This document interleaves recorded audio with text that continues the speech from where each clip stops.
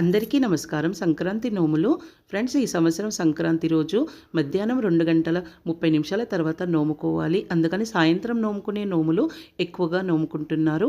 అయితే సాయంత్రం నోముకునే నోముకులొచ్చేసి 2 ఉన్నాయండి. ఒకటి సంధ్యాదీపాల నోము, ఇంకొకటొచ్చేసి చుక్కల పర్వతం నోము. ఫ్రెండ్స్, సంధ్యాదీపాల నోము వచ్చేసి 2 రకాలుగా ఉందండి. కొందరు ఒక రకంగా నోముకున్నారు, ఇంకొందరు ఇంకొక రకంగా నోముకున్నారు. 2 కూడా నేను ఈ వీడియోలో చూపిస్తున్నాను. ఇంకా చుక్కల పర్వతం నోము కూడా వీడియో ఉంది. ఈ నోము వచ్చేసి సంధ్యా దీపాల నోము. ఇది సాయంత్రం పూట నోముకునే నోము. ఇది సంక్రాంతి రోజు ఉదయం నుండి సాయంత్రం వరకు ఉపవాసం ఉండి సాయంత్రం సంధ్యా సమయంలో నోముకునే నోము. చుక్కల పర్వతం నోము.